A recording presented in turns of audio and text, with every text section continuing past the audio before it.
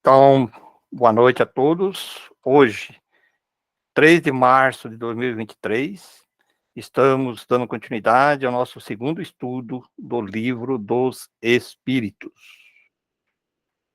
Sempre lembrando que esse estudo, ele é promovido e realizado pela Sociedade Espírita Obreiros do Senhor de Curitiba, Paraná, e aquelas pessoas que queiram ter mais informações e conhecer um pouquinho os nossos estudos, é só entrar lá na nossa página, que é o www.obreirodosenhor.org.br, como que está aí na introdução. Lá as pessoas vão encontrar esse vídeo aqui, que vai ficar gravado, vai encontrar também outros estudos da Revista Espírita, estudos do magnetismo, palestras, uma gama de estudos, e também vai ter acesso às atividades das casas, como fazer inscrições para os cursos, né? Então lá tem todo um material para pessoas, aqueles que queiram estudar a doutrina espírita. Mas o nosso objetivo no dia de hoje é dar continuidade ao estudo do livro do Espírito, que estamos na introdução, na parte 2. Só um pequeno resumo, né, sim, para pessoas que estão entrando hoje, as pessoas que estão começando, sempre recomendamos que a pessoa volte lá e estude, né, a primeira aula, né. Então, no estudo passado, nós começamos falando um pouquinho sobre o objetivo do estudo do Livro dos Espíritos, toda aquela parte, como que foi distribuído o Livro do Espírito, uma pequena biografia, uma biografia de Allan Kardec, na biografia ali, aqueles que estão acompanhando conseguiram já identificar que o Allan Kardec é um pseudônimo, né, que na realidade o nome dele, do Allan Kardec, é Hipólito Leão Denisard, que era já um grande estudioso, um estudioso de Pestalozzi, que estudou na Suíça, e dedicava tudo, os seus estudos, os seus trabalhos na área humanas, né, e que o estudo do espiritismo, porque na realidade é um resumo, nós estamos vendo a parte do resumo aqui, é um resumo praticamente da doutrina espírita, que o estudo, o início da codificação do Livro dos Espíritos, que o Kardec, na realidade, não foi ele que escreveu, ele recebeu dos Espíritos o livro, codificou e organizou, né, criando as obras básicas, começou pelo Livro dos Espíritos. E que esse trabalho não foi um trabalho assim de imediato. Ali nós percebemos ali que desde 1852 ele observava que ele já era um estudioso, estudava magnetismo, sonambulismo e outros estudos relacionados aos comportamentos humanos, e ele começou a observar aquilo, e quando chegou em 1800, depois de longos estudos e conclusões, inclusive no próprio estudo foi relatado todas as fases das mesas girantes, as explicações, tentando explicar que isso poderia ser pelo um problema, uma questão material, que ele fala da eletricidade, do magnetismo, como que ele conhecia. E aí alguns autores dizem que em 1855 ele começou, propriamente dito, esse intercâmbio com os espíritos, onde ele começou a codificação, onde ele começou a perguntas com os espíritos, e aonde que ele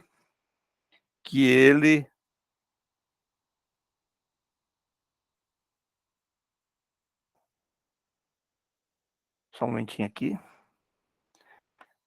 aonde que ele iniciou o processo da codificação propriamente dita, né?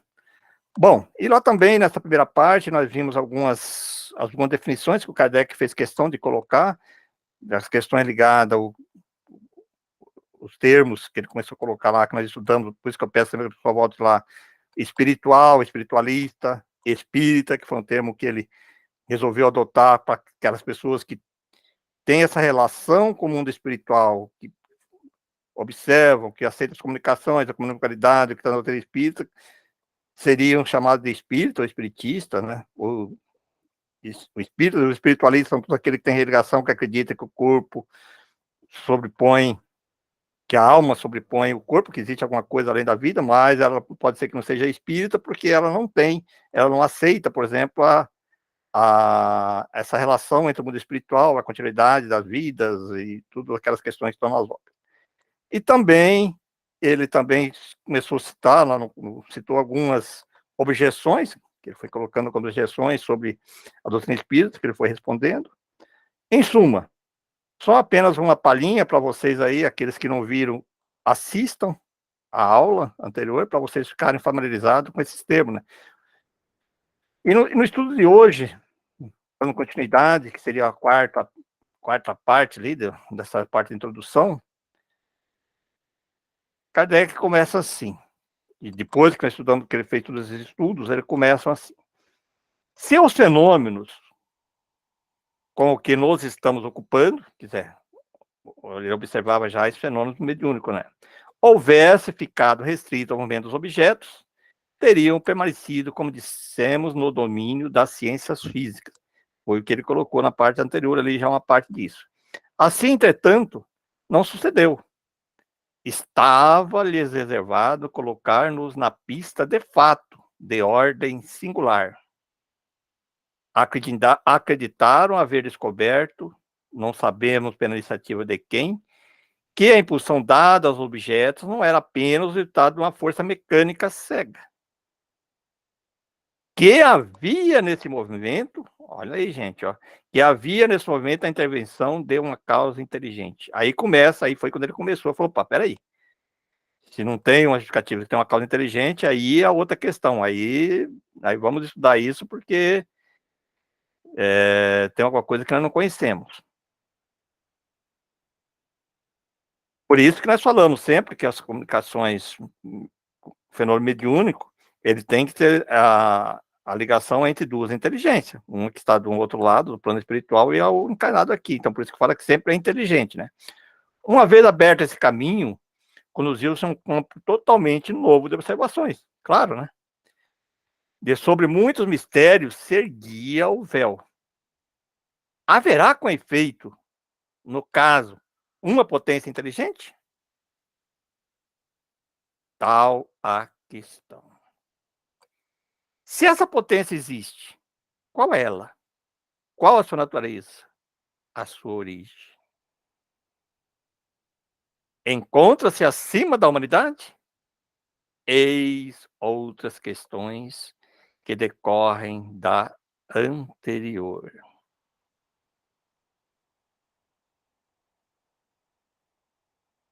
As primeiras manifestações inteligentes se produziram por meio de mesas que se levantavam e, com um dos pés, davam um certo número de pancadas, respondendo desse modo, sim ou não, conforme fora convencionado uma pergunta feita. Até aí, nada de conveniente, de convincente. Havia, pois, os céticos, porquanto bem podiam crer que tudo fosse obra do acaso.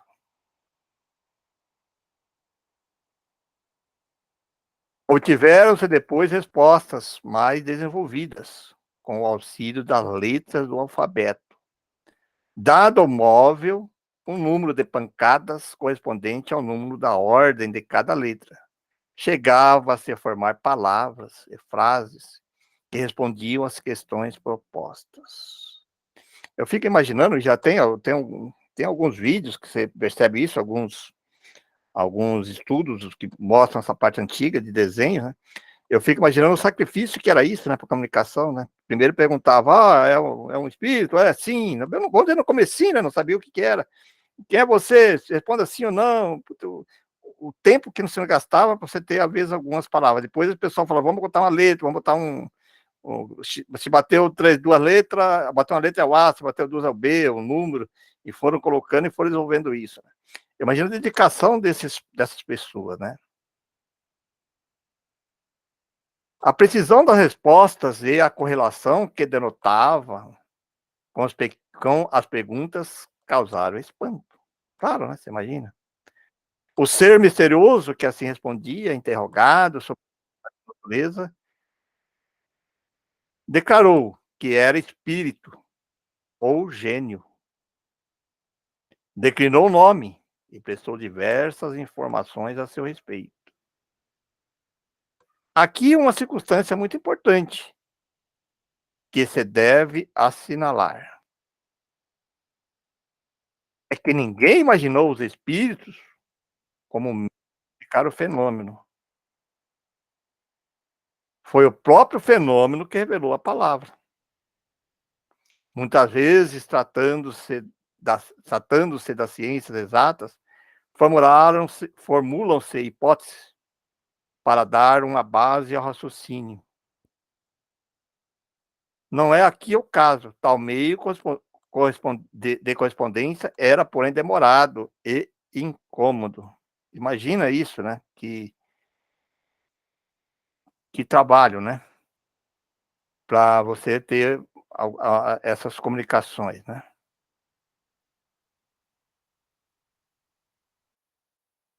O espírito, e isto constitui uma nova circunstância digna de nota, indicou outro. Foi um desses seres invisíveis quem aconselhou a adaptação de um lápis a uma cesta ou a outro objeto, colocado em cima de uma folha de papel. A cesta é posta em movimento pela mesma potência oculta que move as mesas.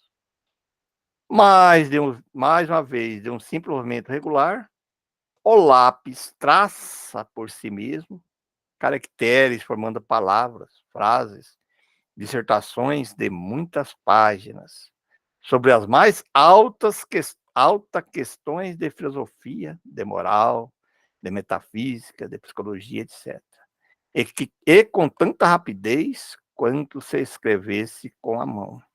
Olha aí já começou a ficar mais fácil, né? O conselho foi dado simultaneamente na América, na França e em diversos outros países. Eis em que termos os deram em Paris, a 10 de junho de 1853, a um dos mais fervorosos adeptos da doutrina, e que havia muitos anos, desde 1849, se ocupava com a evocação dos espíritos.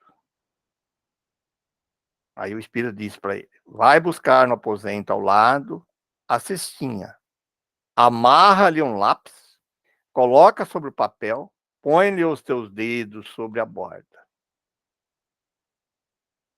Aí ele fez isso, né? Alguns instantes após a cesta, entrou a mover-se, e o lápis escreveu muito legível essa frase: proíbo expressamente que transmita a quem quer que seja o que acabo de dizer. Da primeira vez que escrever, escreverei melhor. O objeto que se adapta ao lápis, não passando de mero instrumento, completamente indiferente, são a natureza e a forma que tenha. Daí haver-se procurado dar-lhe a disposição mais cômoda. Assim é que muita gente se serve de uma prancheta pequena. Aí cada um foi se adaptando, né? Um fazia de um jeito um pouquinho, mudava um pouquinho para lá e tal, e eles percebiam que o resultado era o mesmo, né? E um ponto importante que ele coloca aqui quando vê as instruções dos espíritos, isso que o Kardec, ele sempre, muito criterioso como era, ele sempre levou muito em consideração a universalidade das coisas, né? Não é porque acontecia só lá na casa dele lá que ele ia aceitar, então ele sempre buscava as informações em vários locais. E quando veio a codificação, ela teve essa finalidade, né, para demonstrar que não era exclusiva para determinada região, então ela era dada em várias regiões, em outras regiões diferentes, né. A cesta ou prancheta só pode ser posta normalmente debaixo da influência de certas pessoas dotadas para isso, de um poder especial,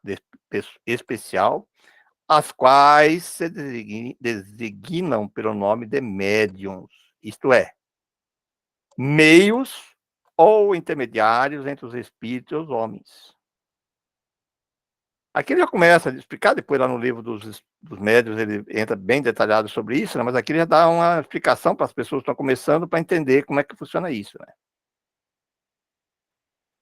As condições que dão a esse poder resultam de causas ao mesmo tempo, físicas e morais, ainda imperfeitamente conhecidas, porquanto há médiuns de todas as idades, de ambos os sexos e em todos os graus de desenvolvimento intelectual.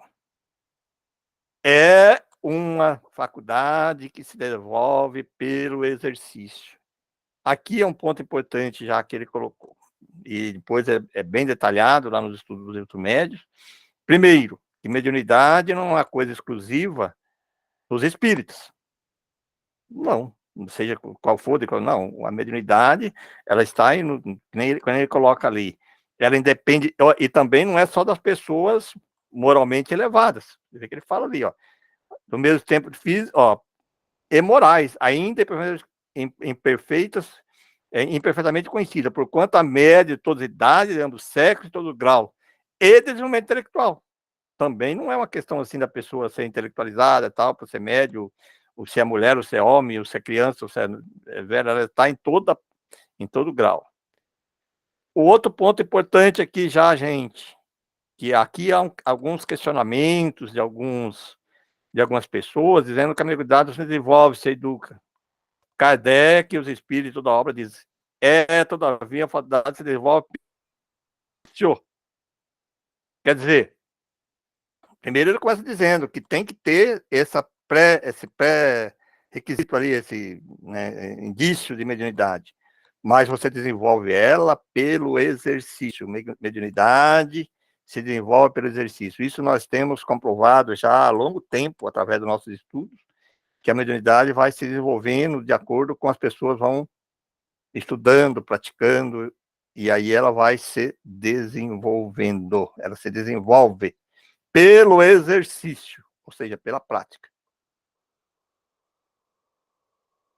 Dando continuidade aí agora, né? Aí aqui já vamos comentar um pouquinho sobre o surgimento da psicografia, onde que a pessoa pegava o lápis e começava a escrever. Né? Então, o pessoal começou com todo aquele trabalho, botava as pranchetas, botava a cestinha e tudo. Aí reconheceram-se, né? Reconheceu-se mais tarde que a cesta e a prancheta não eram realmente mais do que um apêndice da mão. E o médio, tomando diretamente o lápis, se pôs a escrever por um impulso involuntário, quase febril. Dessa maneira, as comunicações se tornaram mais rápidas, mais fáceis e mais completas. Então, aí eles chegaram na psicografia, né? E aí, Kardec coloca. Hoje, naquela época dele, né? Hoje é esse meio, e hoje é esse o meio geralmente empregado, e com tanta mais razão quanto ao número das pessoas dotadas dessa aptidão. É muito considerável e cresce todos os dias. Finalmente, a experiência deu a conhecer muitas outras variedades da faculdade mediadora, vindo-se a saber que as comunicações podiam igualmente ser transmitidas pela palavra, pela audição, pela visão, pelo tato, etc. E até pela escrita direta dos espíritos. Isto é, sem o concurso da mão do médium nem o lápis. Aqui de novo, né, gente? É só dando aí para vocês assim vamos dizer assim, eu sei que tem muitas pessoas aí que estudam a mediunidade, que estão estudando, alguns praticam a mediunidade.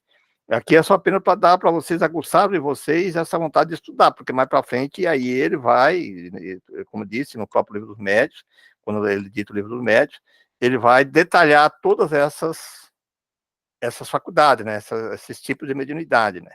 Então, aqui hoje nós conhecemos mais, aquela época se utilizava muito a psicografia, por ser cômodo, primeiro que naquela época não existia meio de gravação. Então, você era uma escrita que ficava gravando, ficava ali no papel para colocar depois. Hoje, existe bastante psicografia ainda, mas a que é mais comum é a psicofonia, que é da fala, né? E assim vai, assim tem vários tipos de idade, mas aqui já deixa bem claro isso também, né? Que tem que várias maneiras, né, da mediunidade. Obtido o fato, restava comprovar um ponto essencial: o papel do médium nas respostas e a parte que mecânica e moralmente pode ter nelas. Então, qual que é o papel do médium em tudo isso, né? Também lá no livro do estudo médio, nos grupos que a gente estuda a mediunidade, isso fica bem claro, né? Duas circunstâncias capitais que não escapariam a um observador atento tomam possível resolver-se a questão. A primeira consiste no modo por que a cesta se move sob a influência do médium, apenas ele impondo os dedos sobre os bordos, né? O exame do fato demonstra a impossibilidade do médium imprimir uma direção qualquer ao movimento daquele objeto. Essa impossibilidade se patenteia, sobretudo, quando 2 ou 3 pessoas colocam juntamente as mãos sobre a cesta. Fora preciso, entre elas, uma concordância verdadeiramente fenomenal de movimento.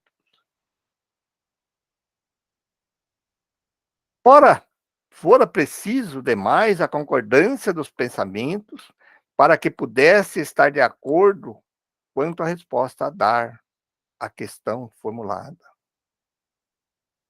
Aí é que vem, por exemplo, o Kardec, quando ele coloca isso, quando ele estuda, a valorização de ele ser uma pessoa preparada para não aceitar as coisas de fato. Isso aqui ele coloca, vai colocando essas respostas, dessa maneira assim, que ele observou. Então, depois, quando ele estuda a Revista Espírita, fica bem claro a maneira que ele coloca as coisas, né? Quer dizer, isso é parte da filosofia. Poxa, peraí, mas essa pergunta formulada, isso interfere ou não? Quer dizer, ele vai questionando, né? Ó, outro fato singular, não menos singular ainda, vem aumentar a dificuldade. É a mudança radical da caligrafia, conforme o espírito se manifesta, reproduzindo-se a de um determinado espírito toda vez que ele volta a escrever. Aí eles foram observando isso, né? Poxa, toda vez que aquele espírito escreve, a caligrafia dele é isso. Hoje nós temos provas aí, infelizmente existem pessoas que não acreditam, mas existem provas, inclusive Chico Xavier, de outras pessoas que questionaram isso, né? Houve até prova de identidade que foi aceita até em tribunal, né, pelo conteúdo, assinaturas que comprovavam realmente que era dos espíritos. Quer dizer, mas imagina naquela época, né? As pessoas céticas, uma época que estava saindo da Inquisição, né? Da Igreja Católica, tanto é que queimaram o Livro dos Espíritos na Espanha ainda, né? Um período de muita turbulência. Você imagina o cuidado que tinha que ter nisso para colocar isso, para mostrar de uma maneira clara e objetiva que isso não era uma coisa assim inventada, né? For necessário, pois, que o médium se houvesse estado em dar sua própria caligrafia 20 formas diferentes, e principalmente que pudesse lembrar-se da que corresponde a tal ou tal espírito. Você sabe que até hoje, assim, uma coisa interessante, que os médios hoje são muito, vamos dizer assim, não acreditam muito nas comunicações, então é comum nos estudos de mediunidade, quando as pessoas exercitam a psicografia, aí a pessoa escreve, o médico começa a escrever, ou fala, né? Mas normalmente começa a escrever, escreve umas coisas bonitas. Aí ele fala assim, mas eu não sei se é eu mesmo, acho que é eu mesmo. Nem ele mesmo não acredita, né? Aí, às vezes, eu até comento assim, poxa, mas se for você mesmo, parabéns, né? Que você é uma pessoa, é que ele coloca ali. Falou, pô, se você tem essa capacidade de escrever dessa maneira, ou esse conteúdo, que ele fala, pô, peraí, não pode ser desse médico, que aqui ele vem explicando para frente, ó. A segunda circunstância resulta da natureza das respostas, aquilo que estou falando, que as mais das vezes, especialmente quando ventilam questões abstratas, científicas, estão notoriamente fora do campo do conhecimento e a miúde do alcance intelectual do médium, que além disso, como de ordinário, sucede não tem consciência do que escreve debaixo da sua influência, que frequentemente não entende ou não compreende a questão proposta, pois que esta ou pode ser num idioma que ele desconheça, ou mesmo mentalmente, podendo a resposta ser dada nesse idioma. Olha só, aí começa a comprovar realmente essas questões, né? Enfim, acontece muito escrever a cesta espontaneamente, sem que haja feito pergunta alguma, sobre um assunto qualquer, inteiramente inesperado. Em certos casos, as respostas revelam tal cunho de sabedoria, de profundeza, de oportunidade. Exprime pensamentos tão elevados, tão sublimes, que não pode emanar senão de uma inteligência superior, impregnada da mais pura moralidade.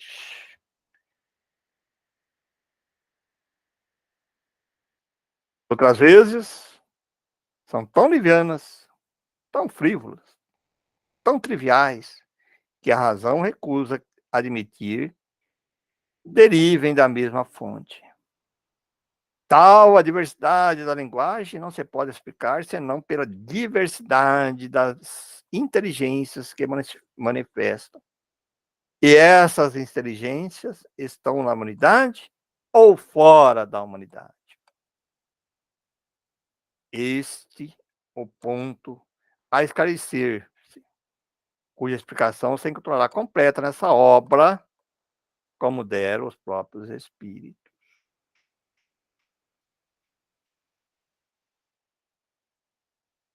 Eis, pois, efeitos patentes que se produzem fora do círculo habitual das nossas observações, que não concorrem, que não ocorrem misteriosamente, mas ao contrário, a luz meridiana que toda a gente pode ver e comprovar, que não constitui privilégio de um único indivíduo e que milhares de pessoas repetem todos os dias.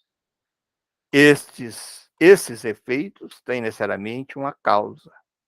E, do momento que detonam a ação de uma inteligência e de uma vontade, sai do domínio puramente físico.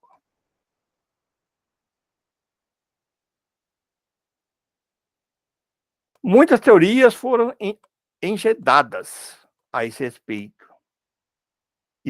Examiná-la-emos dentro em pouco.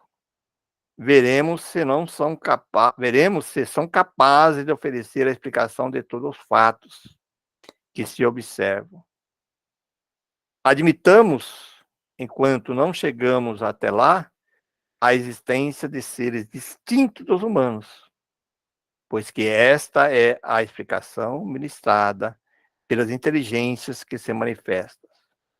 E vejamos o que eles nos dizem.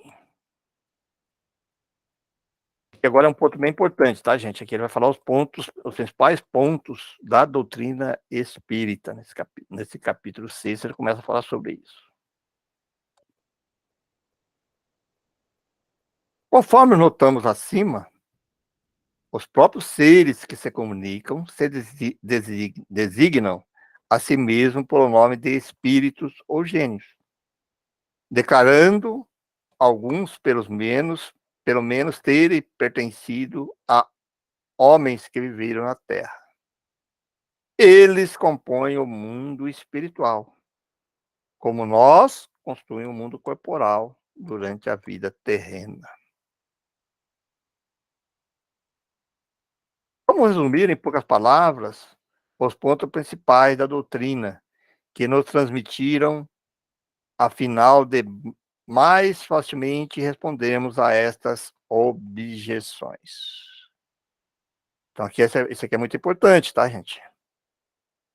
Primeiro que ele coloca aqui, ó. Deus é eterno, imutável, imaterial, único, onipotente, soberanamente justo e bom. criou o universo, que abrange todos os seres, animados e inanimados, materiais e imateriais.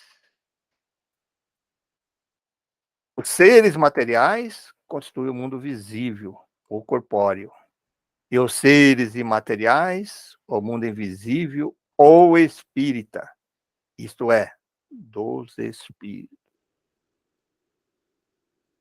E continua. O mundo espírita é o mundo normal, primitivo, eterno, pré-existente e sobrevivente a tudo.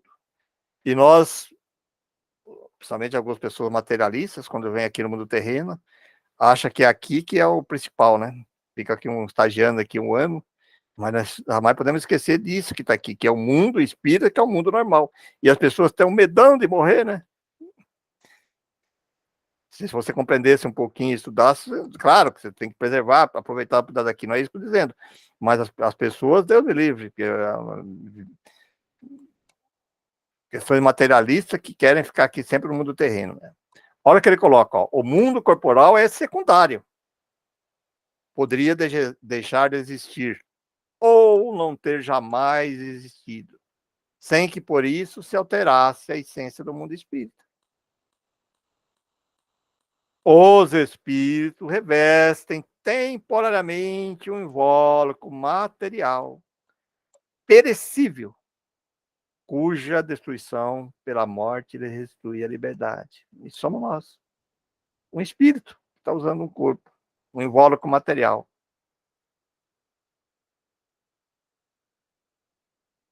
Entre as diferentes espécies de seres corpóreos, Deus lhe escolheu a espécie humana para a encarnação dos espíritos que chegaram a certo grau de desenvolvimento, dando-lhe superioridade moral e intelectual sobre as outras.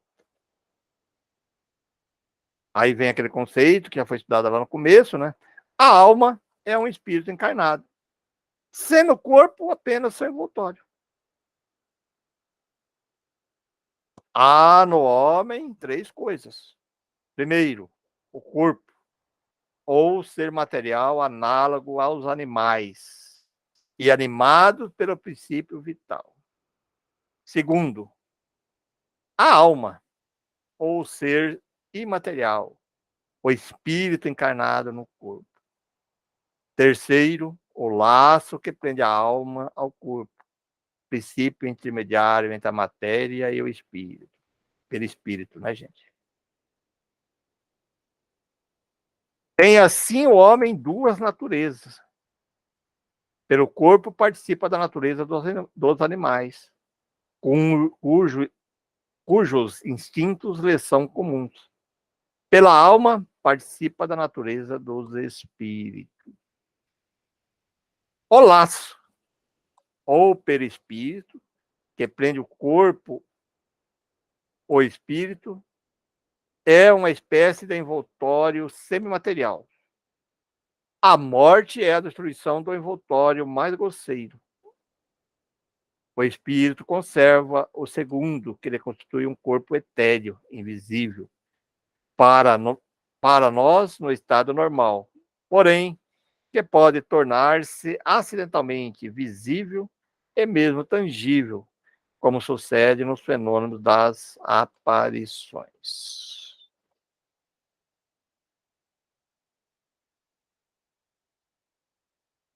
O espírito não é, pois um ser abstrato, indefinido, só possível de conceber-se pelo pensamento.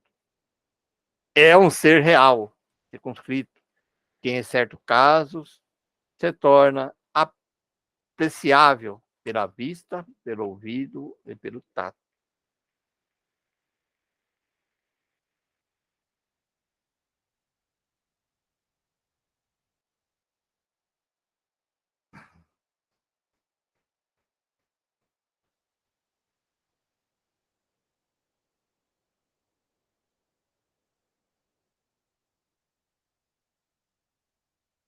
Os espíritos pertencem a diferentes classes e não são iguais. nem em poder, nem em inteligência, nem em saber, nem em moralidade. Os da primeira ordem são os espíritos superiores, que se distinguem dos outros pela sua perfeição, seus conhecimentos, sua proximidade de Deus pela pureza de seus sentimentos e por seu amor do bem. São os anjos ou puros espíritos. Então, só que também, de novo, é só uma meia palhinha que Kardec está colocando aqui, mas depois lá no próprio corpo do estudo do Livro dos Espíritos, o Kardec, a partir da questão 100, que nós vamos chegar lá para estudar para frente, ele detalha bem todas essas questões aí, né?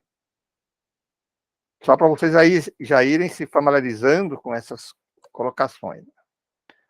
Ou das outras classes se acham cada vez mais distanciados dessa perfeição, mostrando-se os das categorias inferiores, na sua maioria, evados das nossas paixões. O ódio, a inveja, o ciúme, o orgulho, etc. Comprazem-se no mal. Há também entre os inferiores os que não são nem muito bons, nem muito mal, antes perturbadores e enredadores do que perversos.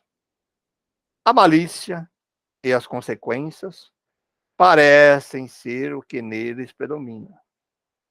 São espíritos estúdios ou levianos.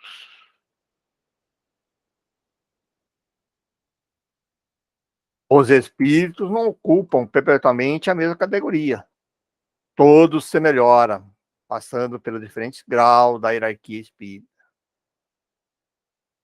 Essa melhora se efetua por meio da encarnação, que é imposta a uns como inspiração, outros como missão. A vida material é uma prova que ele cumpre sofrer repetidamente até que hajam atingido a absoluta perfeição moral. Então, teremos que passar por várias e várias encarnações até nós chegarmos à perfeição, né? Nada se dá puro, né?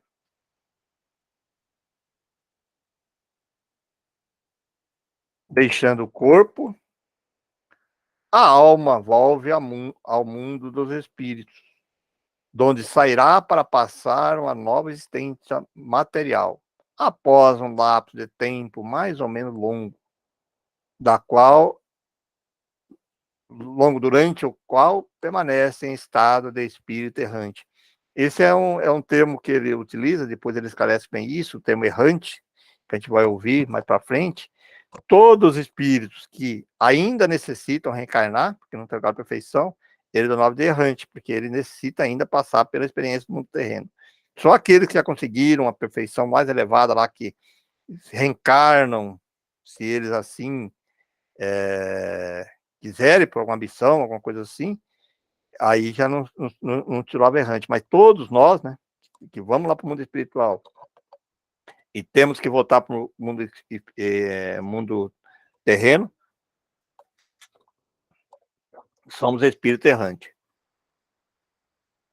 Uma notinha que Kardec coloca aqui também, que há entre esta doutrina da reencarnação e da metempsicose, como admitem certas seitas, uma diferença característica que é explicada no curso da presente obra. Quer dizer, aqui ele está citando aqui que vai explicar, né? Mas já para você saber que a metapsicose é aquela onde o espírito poderia, dando aqui já uma palhinha aqui, falando aqui que reencarnaria num corpo de um animal, né? Então, o Kardec vem deixando que tem uma diferença muito grande, que não é isso. Depois, lá durante o estudo, ele vai explicar no livro dos Espíritos qual a diferença. Quem admite bem isso aí, se eu não me engano, são os budistas, né? Os hindus aceitam essa hipótese, né? Tendo o espírito que passar por muitas encarnações, segue-se que todos nós temos tido muitas existências e que teremos ainda outras mais ou menos aperfeiçoadas, quer na Terra, quer em outros mundos.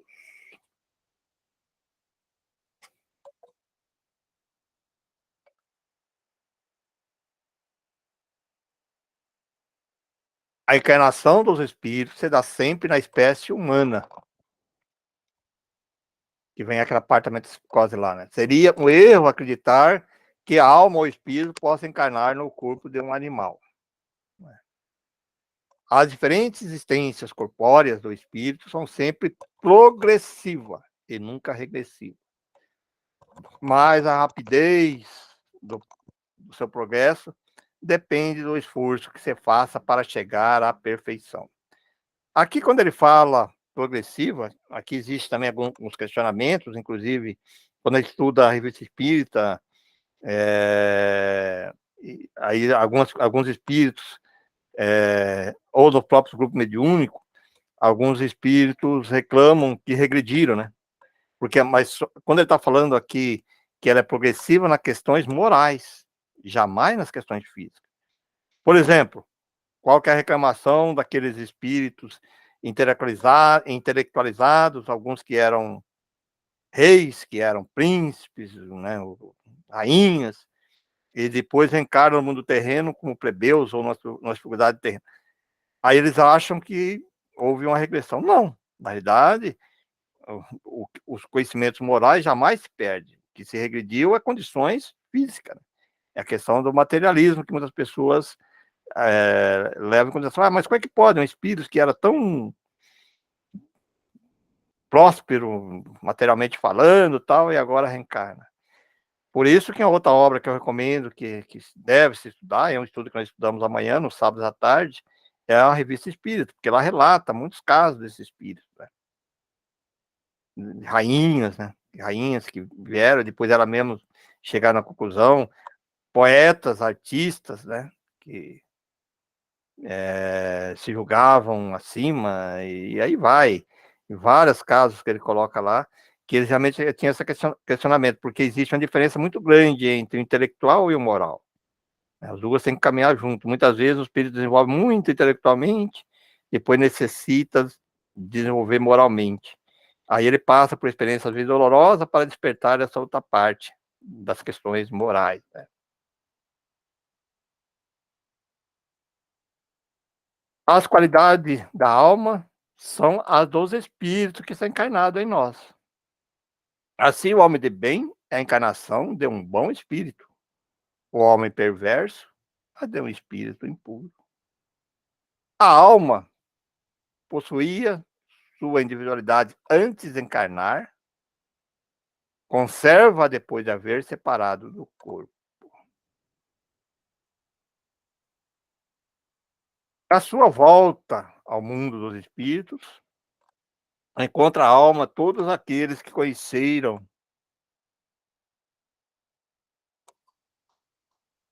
na Terra e todas as suas existências anteriores, às vezes desenharem anteriores, se lhes desenha na memória, como lembrança de todo o bem e todo o mal que fez. O espírito encarnado se acha sob a influência da matéria. Matéria influencia, né? O homem que vence essa influência pela elevação e depuração de sua alma se aproxima dos bons espíritos, em cuja companhia um dia estará. Aquele que se deixa dominar pelas más paixões, põe todas as suas alegrias na satisfação dos apetites grosseiros, se aproxima dos espíritos impuros, dando preponderância à sua natureza animal. Os espíritos encarnados habitam os diferentes globos do universo. Os não encarnados, ou errantes, né, não ocupam região determinada, circunscritas. Estão por toda parte no espaço e ao nosso lado, vendo-nos e acotovelando-nos de contínuo. É toda uma população invisível a mover-se em torno de nós. Aqui também é outra coisa assim que não foi coisa que foi colocada por Kardec, mas algumas linhas de estudos, estudiosos, aí começaram a criar as questões dos umbrais, as questões das regiões, não sei o quê, colônia. Mas o Kardec, quando ele estuda a doutrina espírita, diz que os espíritos estão aqui em volta de nós. Claro que existe aí uma separação, que é uma separação fluídica, que os impuros não conseguem acessar os mais perfeitos, que tem ali uma de sintonia, não conseguem alcançar, mas não existe, provavelmente dito, regiões, porque eu vi alguns estudos, às vezes alguns colocando região X no globo tal, em cima do tal, em cima do Rio de Janeiro, em cima do que. Gente, peraí, existem regiões sim, mas essa região ela não precisa ser, que nem está escrito aqui no termo, circunscrita a uma parte, né? Ela está dentro é, de um portal, dentro do ambiente mental, não é uma região, propriamente dita, né? Ele diz aqui, ó, toda a população invisível move-se em torno de nós, estão juntos de nós aqui agora, muitos estudando com a gente aqui, outros estão acotovelando, outros estão prejudicando algumas pessoas que queriam estudar e não entraram aqui hoje, e assim sucessivamente. Nós temos que entender isso. Ó, os espíritos exercem. Lá no estudo, quando eu começar o estudo do livro dos espíritos, gente, aqui como eu disse para você, é apenas uma introdução, vai ser bem detalhado todas essas questões, né? Os espíritos exercem incessante ação sobre o mundo moral e mesmo sobre o mundo físico. Atuam sobre a matéria e sobre o pensamento. Constituem uma das potências da natureza. Causa eficiente de uma multidão de fenômenos até então inexplicados ou mal explicados e que não encontra explicação racional senão no espiritismo. Vocês perceberam? Kardec está instigando todos nós aqui a estudarmos, né? Está instigando. Explicação racional senão no espiritismo. É aqui que nós temos que estudar, por isso nós temos que estudar mesmo. As relações dos espíritos com os homens são constantes. Os bons espíritos nos atraem para o bem, nos sustentam nas provas da vida e nos ajudam a suportá-las com coragem e resistência. Os mal nos impelem para o mal. É-lhes um gozo ver-nos sucumbir, assemelhar-nos a eles.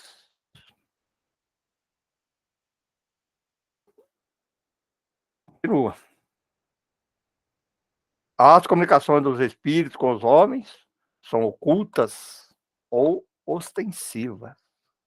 As ocultas se verificam pela influência boa ou má que exercem sobre nós, a nossa revelia. Cabe ao nosso juízo discernir as boas das más inspirações. As comunicações ostensivas se dão por meio da escrita, da palavra ou de outras manifestações materiais, quase sempre pelos médiuns que servem de instrumento.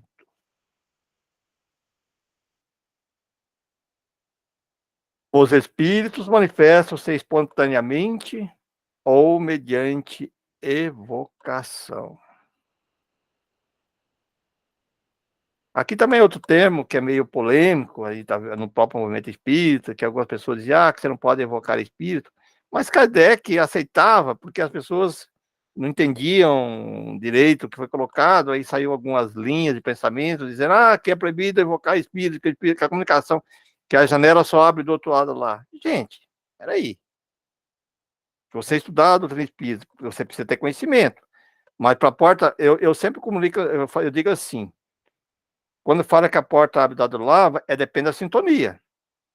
Hoje, por exemplo, nós temos um grupo de WhatsApp. Eu tenho aquelas pessoas, eu vou colocar à disposição lá no grupo, lá, vou colocar lá que eu quero falar com alguém, a outra pessoa de lá vai responder se ela quiser. Entendeu o raciocínio? Aí, se eu chego e abro aberto, coloco para todo mundo, o primeiro que achar que estava lá vai dar o palpite dele, mas se eu estou num grupo fechado, né, de estudo, por exemplo, hoje eu gosto muito do grupo do WhatsApp, porque é esse nosso grupo aqui, tem um grupo aqui. Se vocês querem se manifestar, falar alguma coisa com os outros, você pode falar, você falou ali. Perguntar, né? Evocar, Pereira, você pode falar comigo? Mas cabe a mim, se eu responder, se é conveniente responder ou não. E é assim como o mundo espiritual. Quando fala de lá, né, vai você dar aquela sintonia que você está, ou você coloca para todo mundo. O primeiro que aparecer lá, que vê aquilo que você perguntou, ele vai responder para você. Então, assim é com o mundo espiritual. Então, a evocação, ela é permitida assim, desde que você esteja nessa sintonia. Você tem que estar sujeito a vir outro enganando. Você tem que saber o que você está fazendo. Se você está num grupo sério. O grupo do WhatsApp é bem claro. Se eu estou num grupo sério, eu posso evocar. Falou, será que seria possível nós conversarmos com fulano? Eu falo, eu conheço ele lá, eu vou falar com ele lá e ele vai conversar com vocês. Aí ele vem no outro dia. E é assim que o Kardec fazia, né? Então, hoje dá para entrar essas comparações, né? Então, as evocações têm que ser sérias, com objetivo sério. Ó. Podem evocar-se todo espírito que anima os homens obscuros, como os das personagens mais ilustres, seja qual for a época em que tenham vivido, ou dos nossos parentes, amigos ou inimigos.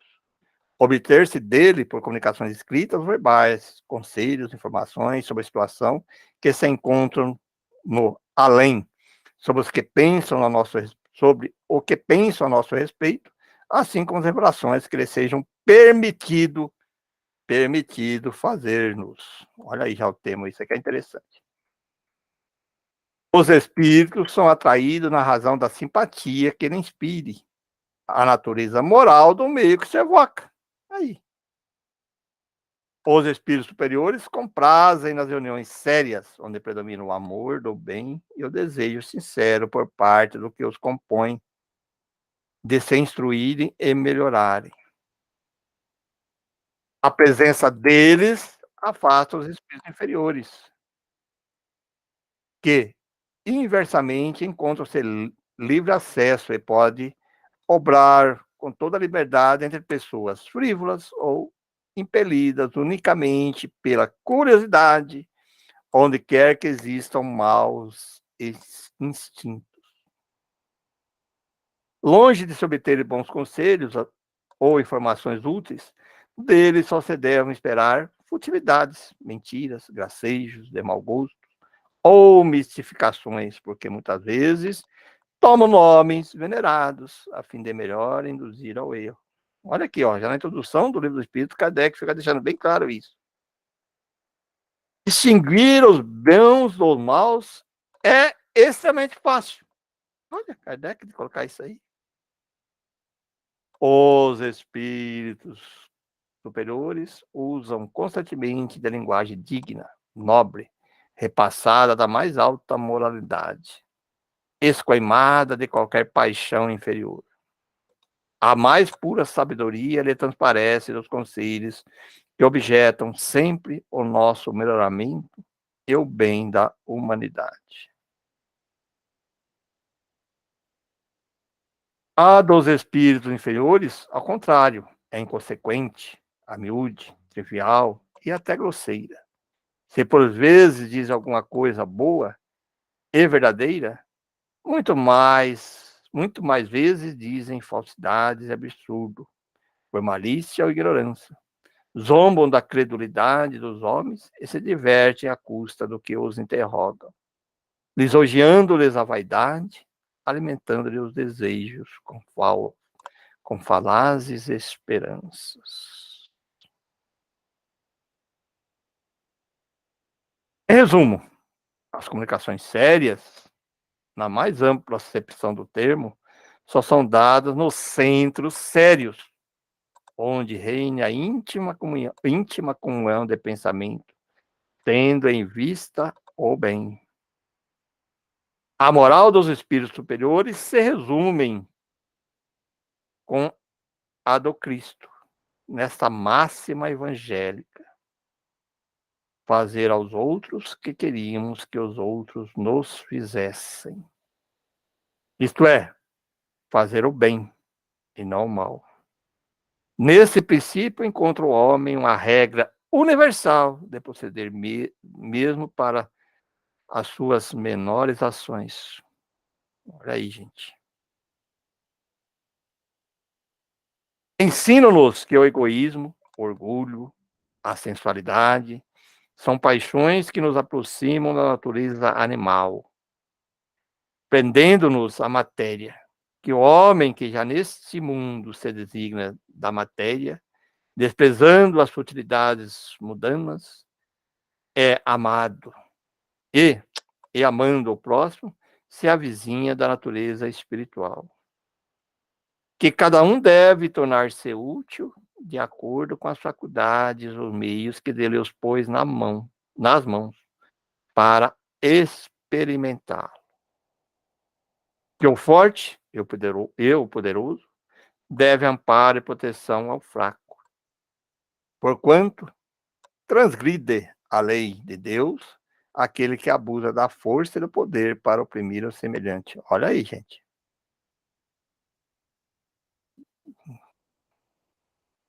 Ensino finalmente que no mundo dos espíritos, nada podendo estar oculto, a hipocrisia será desmascarado. Ou hipócrita, né? Desculpa.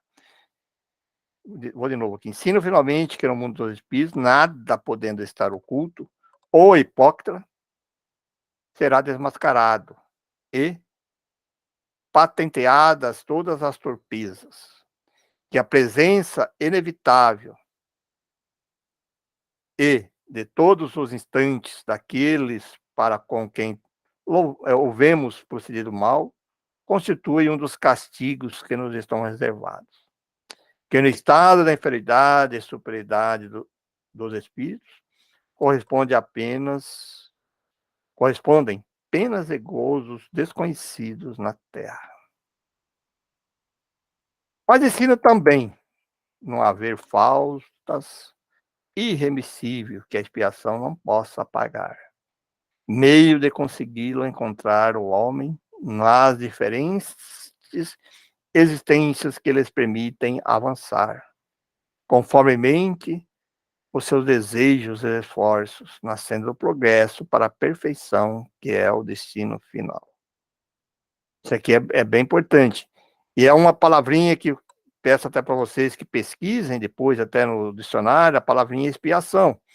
Porque muitas vezes, quando a gente pega a palavra expiação, a gente já vem só aquela conotação que de expiar é você sofrer com a consequência e pagar. Não é bem por aí. Se você pega lá no próprio dicionário, já que expiar é você jogar fora todas aquelas tuas torpezas, modificar aquelas tuas torpezas e mudar para o bem. Eu não estou aqui agora com o dicionário, que eu estou longe aqui da coisa aqui, mas se vocês pesquisarem essa palavra expiação, que é normalmente quando eu falo assim, estou espiando, estou pagando todo o pecado que estou sofrendo. Não, você está sofrendo a consequência da tua teimosia de mudar. O termo expiação, ele vai mais amplo do que isso, de estudar, né? Então, seria importante a gente entender isso, né? Por isso que ele fala que não existe faltas irremessíveis, que é uma coisa que algumas pessoas, porque algumas religiões colocavam que você já está condenado para o inferno, não sei o quê, e outro lá, que não vamos entrar aqui nesse caso hoje de estudo, né? Este é o resumo da doutrina espírita, como resulta do ensinamento dado pelos espíritos superiores. Vejamos agora as objeções que lhes se contrapõem. Bom, gente, aí a primeira a programação que eu fiz hoje de estudo é bem interessante. Silvestre, quer fazer algumas considerações?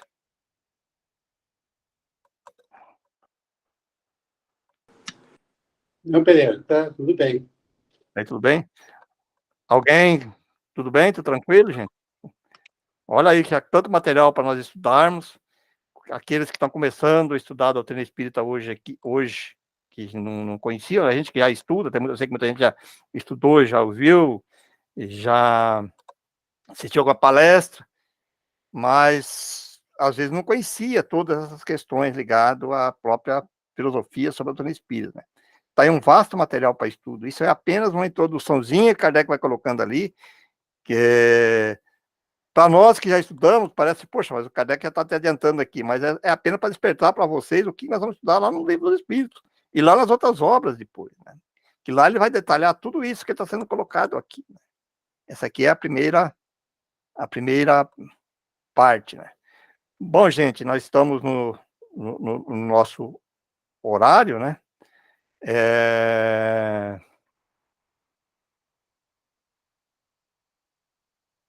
Silvestre, você quer fazer uma oração para nós encerrarmos?